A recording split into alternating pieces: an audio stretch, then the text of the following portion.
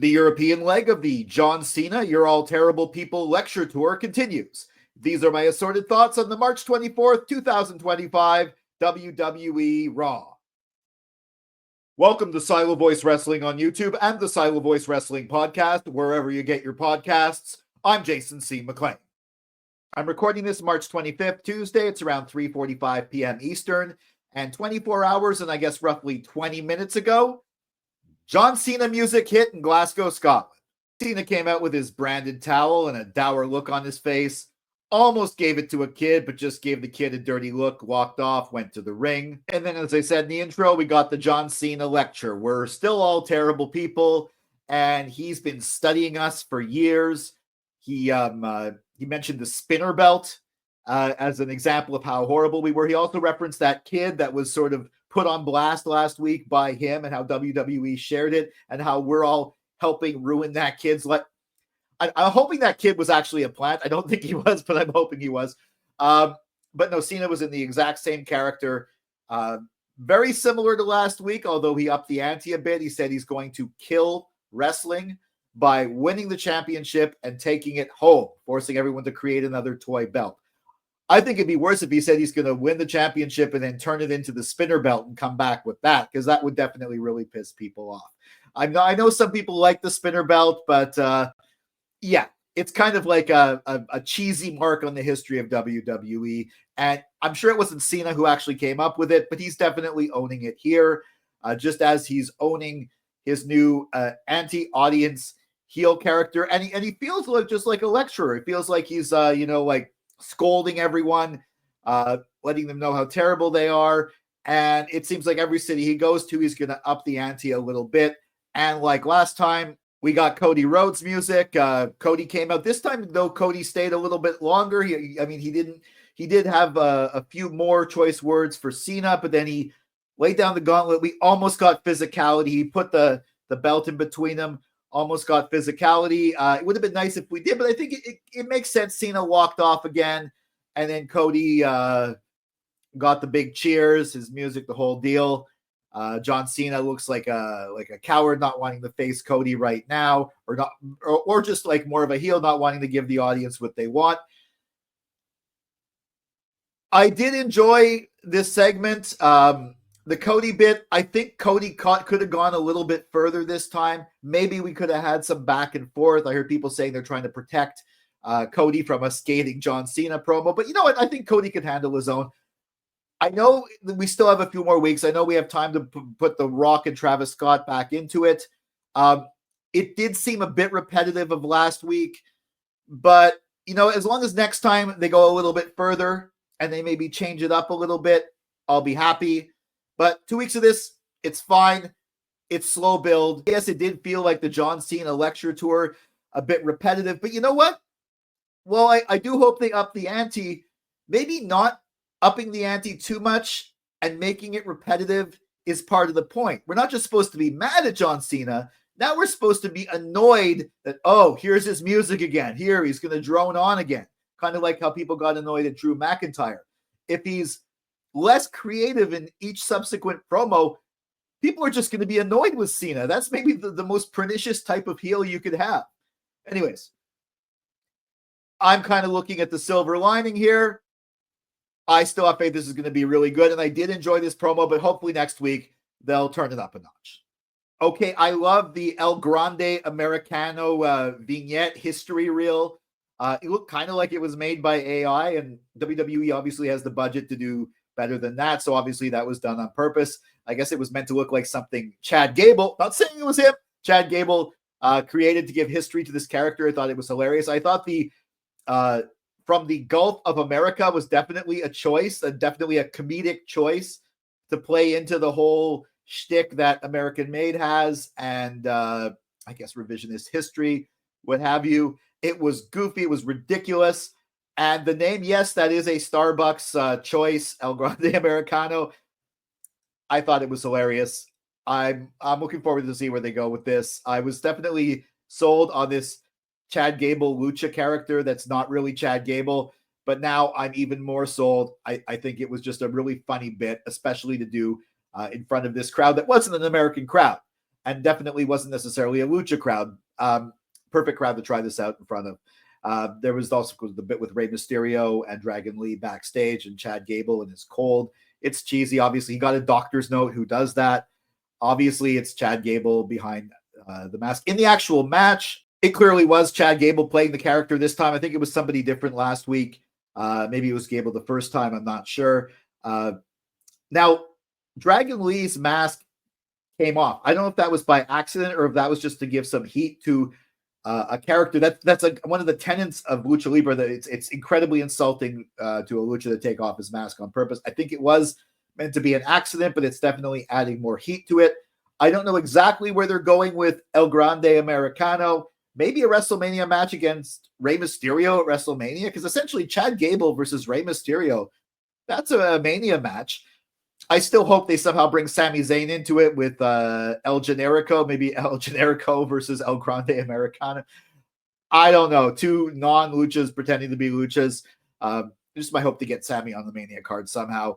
And I think that's a better choice than him against Karrion Kross. But regardless, Rey Mysterio, definitely someone who should be on Mania. And if this gets Chad Gable on Mania as El Grande Americano, I'm all for it. I enjoyed these two segments. Lyra Valkyria retained her Women's Intercontinental Championship against Raquel Rodriguez. Then Liv and Raquel attacked Lyra, and Bayley came in for the save. And I love this. I mean, the match was good. It was decent. That's not why I love it.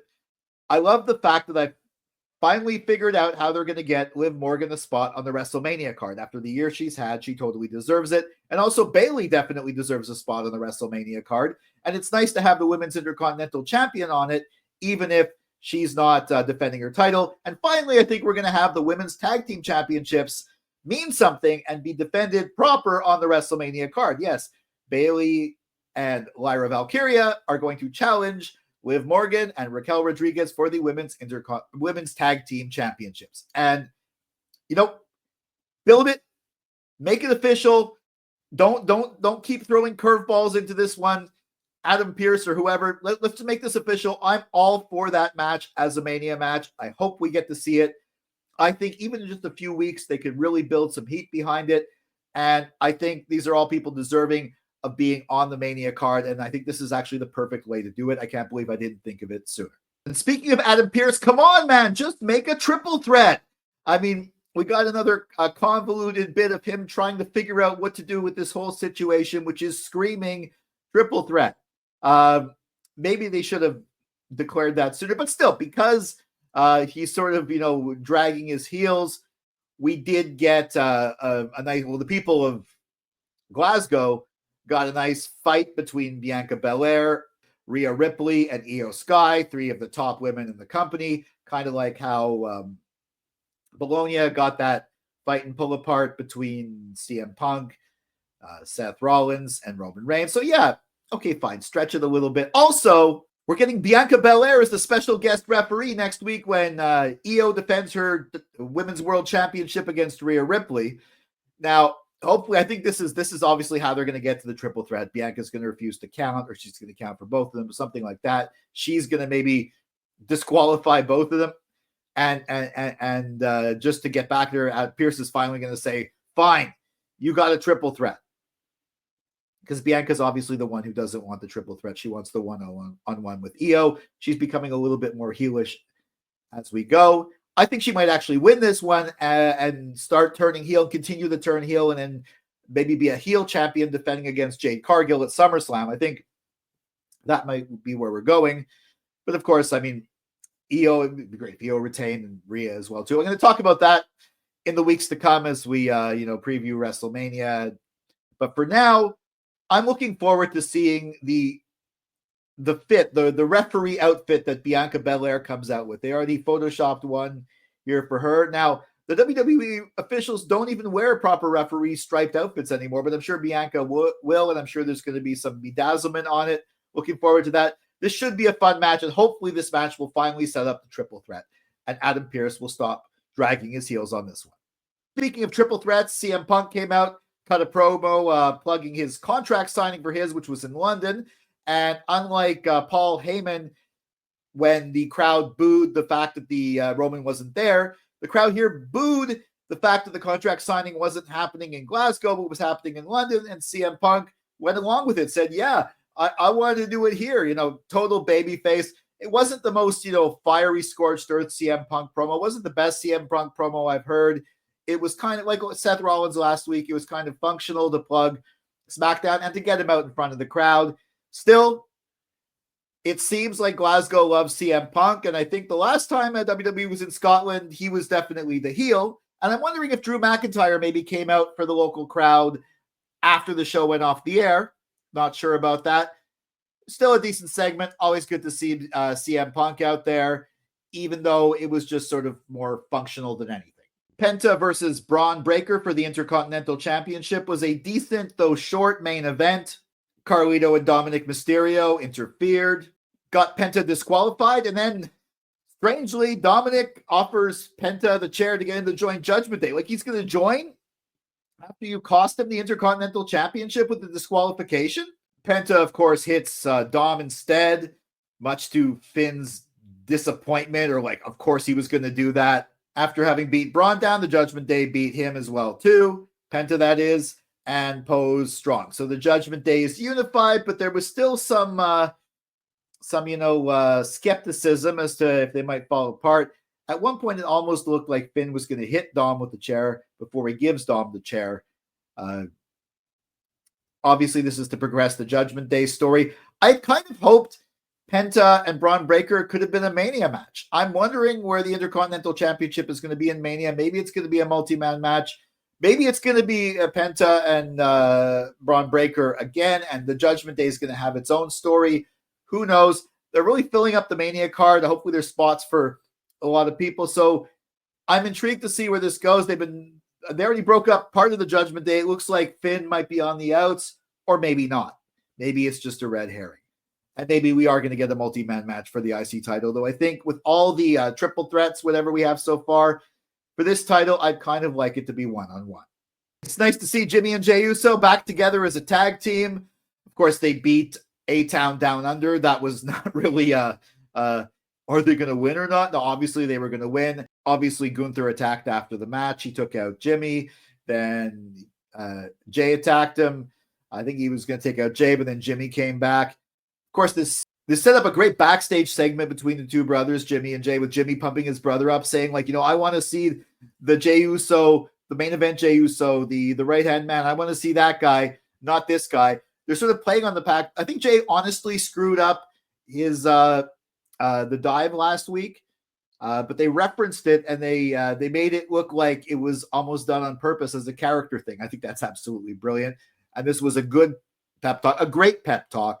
And then Jimmy going around the corner, challenging and slapping Gunther. Not sure how I feel about this. I mean, yeah, we got Jimmy versus Gunther. First of all, why was Gunther just around the corner? I guess Jimmy saw him out of the corner of his eye. But also, I'm thinking maybe Gunther's going to do some damage on Jimmy. And that's going to add more to, Jay's story, Jay's reasons to win. Maybe Sami Zayn's going to come in. He's going to attack him too. All of Jay's friends are getting attacked. This could be an interesting match. I don't know if they said if it was going to be on Raw next week or if it was going to be on SmackDown. If it's on SmackDown, maybe Jay isn't even there. If it's on Raw, Jay is obviously there. I can maybe come in and save his brother. We'll see where this goes. But, they have to build this feud a certain way. And I think they covered really well for maybe Jay's real slip-up last week or shoot slip-up last week. And I think bringing Jimmy in this way helps prolong the story. This has been the longest build so far, and they find a way to keep making it fresher, and hopefully it'll be still really hot when we get to WrestleMania. It's not going to be the main event of night one, but I think as an opening match, it could be a barn burner, especially with Jay's entrance. And these were my assorted thoughts on the March 24th, 2025 WWE Raw from Glasgow, Scotland. I'm wondering also if after the show that they had Drew, but if they also had maybe Piper Niven make an appearance. It's all these Scottish, and with Chelsea, and obviously Chelsea because Alba Fire is also Scottish. The next two shows are in next SmackDown and next Raw are in England. So it would have been nice, though, to get these Scottish stars out there, but they didn't. Maybe they came out for the local crowd. Did you agree with my assorted thoughts? Let me know in the comments. Follow at Silo Voice Wrestling on Facebook and Instagram, at Silo Wrestling on X, and me at Jason C. McLean on X and Instagram. And please make sure you like, share, subscribe, and ring that bell for notifications. You'll get all my wrestling hot takes, cold takes, simmering takes, wrestling opinion pieces. I'm going to try and get some of those out. A new type of video that we're going to have probably in the next few weeks. Also, WWE Premium Live Event prediction and review videos, and assorted thoughts on SmackDown and Raw. I'll be back with my assorted thoughts on SmackDown.